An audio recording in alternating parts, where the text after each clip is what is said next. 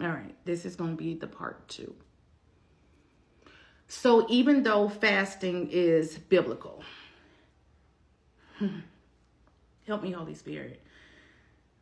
Okay, there are some that have or that are perverting and twisting something biblical.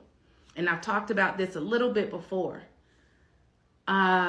Let me pray my spouse home. Let me fast my spouse home. Basically, it's almost like you're forcing God's hand. You're manipulating the situation. You're manifesting this new age, whatever that is. You're manifesting something to come sooner than what God intended for it to happen. We went into this group fast, this corporate fast, this Facebook group that we have, this private group, and everyone's fasting for their husbands to come home. Everyone is fasting for their wives to come home. Everyone is fasting, putting a demand on this blessing for it to happen now. Some of you, Holy Spirit has answered your prayers. And okay, Holy Spirit. Holy Spirit has answered your prayers, and some of you somewhere down the line are going to see it wasn't time for that thing to happen yet. You're going to see that you should have waited.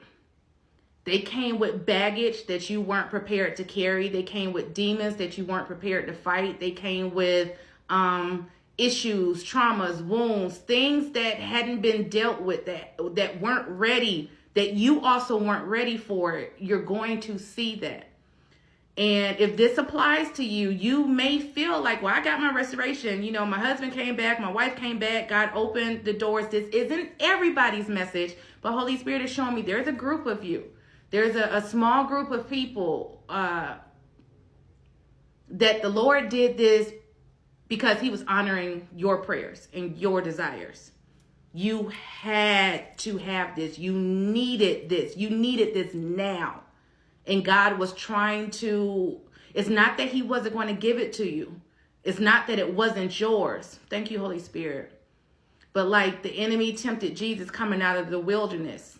If you really be the Son of God, if you really be, jump off of, worship me and bow down and all these kingdoms will be yours. Jesus knew it wasn't his hour yet. There were some miracles that Jesus performed where he even told them, don't tell anybody about this. It's not time for it to be known of what I'm doing yet.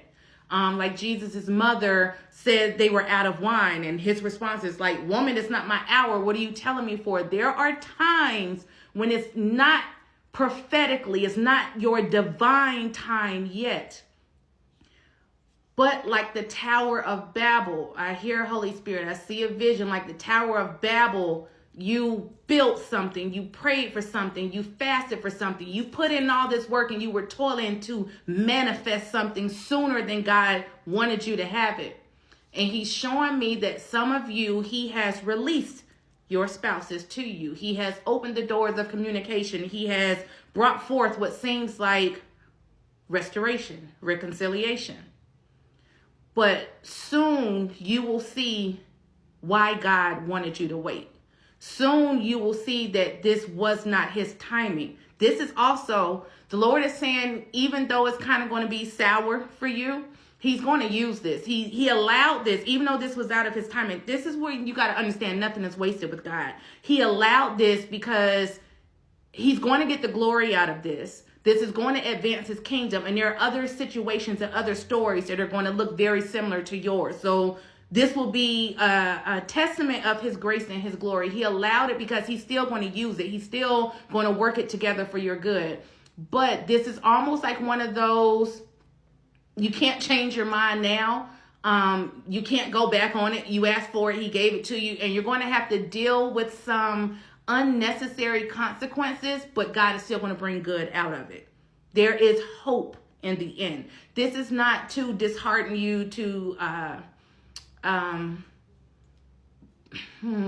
this is not to burden you. This is more so to prepare you. It can't be undone because it's been done.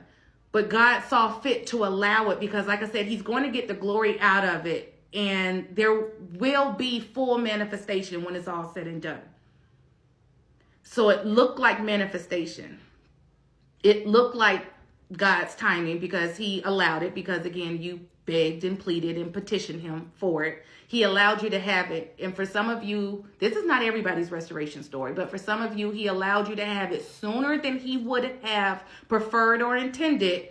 But he even saw fit to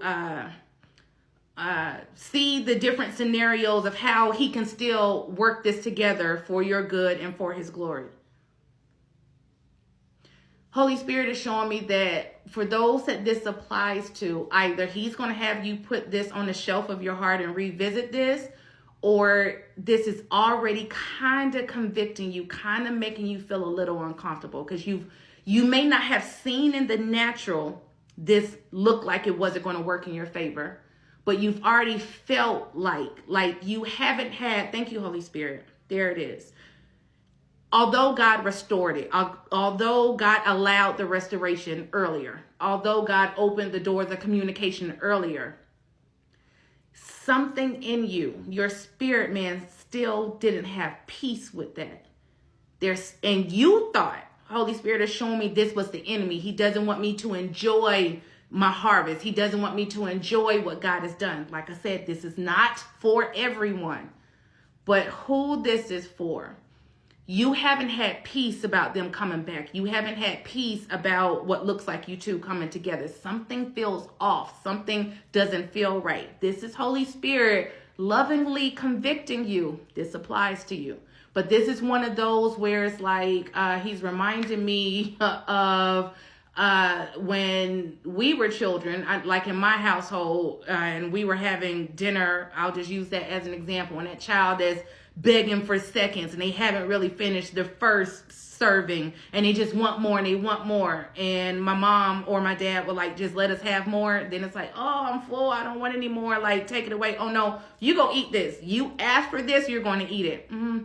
Not that our parents were anything other than parents or fulfilling their role. I hope you're understanding what I'm saying, but they gave me what I wanted. And now I had to eat it. Now I had to endure it. Now I had to accept it because I asked for that thing. It's going to kind of be like that for you. God is still going to turn this around for your good. God is still going to get the victory out of this. But that dis-ease that you felt, even with the restoration, or I just kind of don't have peace with this, something doesn't feel right. This was not the enemy.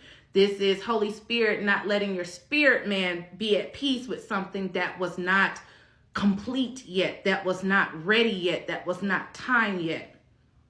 That's not everybody's story, because some of you, God saw fit to completely withhold it. Like, no, I'm not going to let you have it. You could kick, scream, throw tantrums all you want. For whatever reason that the Lord sees fit, he's not going to let you have it until he says it's time. But then there are others that he's like, I'm going to let you have it. I didn't want you to have this yet. This is kind of going to be a little bit of unnecessary suffering that you got to go through, but I'm still going to work this together for your good. It's going to be like that for who this applies to. So this is not for you to get in your feelings about. This is going to be a learning experience. This is going to be part of your story. This is going to be a part of your testimony. You're going to be one of those that has a different story, a different testimony. Your story is a little more peculiar, you know, and then it's going to be relatable to those that you're called to those that are assigned to you in this season, part of your purpose, part of your the Lord's plans for your life. Thank you, Holy Spirit. So take this back to God and let him reveal if this is for you. Y'all be blessed.